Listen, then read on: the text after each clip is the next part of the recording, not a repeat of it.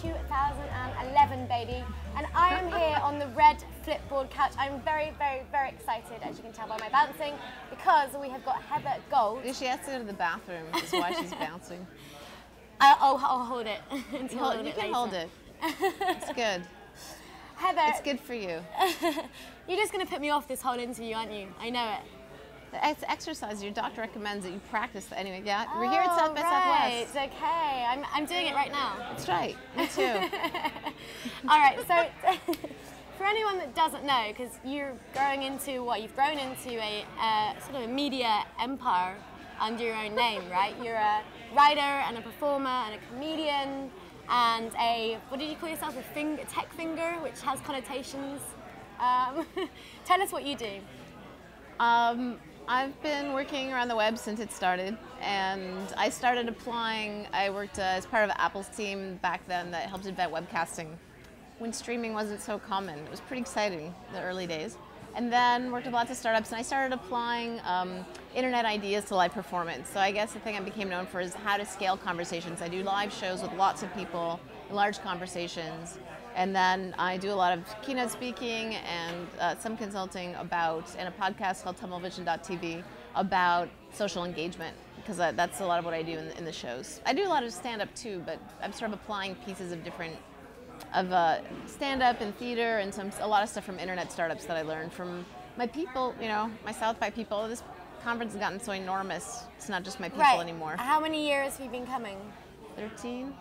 13 years. Okay, so tell us a little bit about how it was back then to how it is now, because it's kind of like... Awesome. It was awesome. It was awesome. It was just like you met the people who were, your long-lost friends. I mean, people knew each other from the web, but often didn't know each other in life, and this was a central place for people to connect from Florida and New York and San Francisco, and often people even in San Francisco didn't hang out so much, would spend time together here. I think of South by Southwest as sort of the place that Web 2.0 grew out of, because the people who came, incredibly smart people, some of whom are very famous now, some of whom aren't, but they're still been very influential in creating community-focused web. I'm not saying no one was doing it before them, but that's really, I think, what distinguished South by from CES or other kind of tech conferences. It was, there was indie culture, it was focused on cultural issues and artists and creators, and it was a sort of bringing together people who had journalism backgrounds, media backgrounds, not just coders.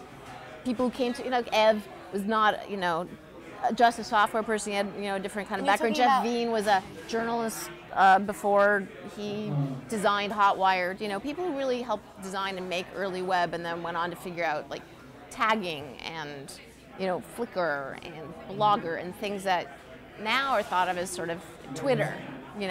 I did a panel here. I ran my panels like shows a few years ago when Twitter debuted, and it was the first time people tweeted someone into a room, like the room packed up in like a minute, and it was such a weird thing. Like, how did all these people know about? Because Julia Allison was there, and she decided to heckle Owen Thomas, and then I made her sit on my lap, and then Eva was on the panel. We're talking about Twitter. It was early Twitter, and it was right after Zuckerberg and Lacey. You want me to sit on your lap? Sure. Let's just... All right, we'll do this, then it'll be this way. Just do the interview like this? Julia misses... No, that's the end of the interview. Heather who? Sorry, who's this? Hermione's going to do a monologue now about technology in America. We were saying earlier about how a lot of men in the industry are misogynists. There's some misogyny, for sure. It's not as bad as other industries. What would you like to tell those men? Who's men? Which men? The misogynists in the industry. Oh, well, luckily there aren't as many of them as there are pretty great ones. I'd say a lot of, like, real geeks, people who really make stuff, are usually pretty awesome, and they're usually about 28% girl. There's a lot of girly guys in the geek world, kind of graphic designery guys, which is why it's so confusing. South by always seemed so much gayer than it was. They all looked gay, but nobody was, except for like 3 people.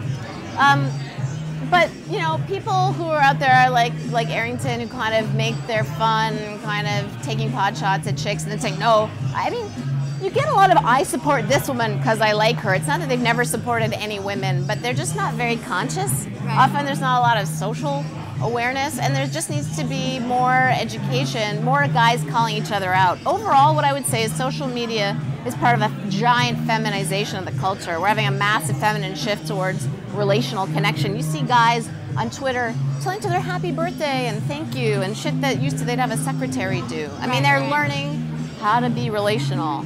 So hopefully eventually we'll see a lot more support of more women entrepreneurs, more women on boards, more women funding, and just more mix in general, because if we're going to solve problems, you need everybody to solve them. Talking of relationships and getting close to cannabis. Absolutely. Oh, there you go. I got a proper kiss with tongues. Heather, where can people find you? At blackfacelesbian.com. No, heathergold.com. I'm going red anyway. Thank you very much. This is the Flipboard Couch. It's been Carl fun. is happy. South by Southwest 2011.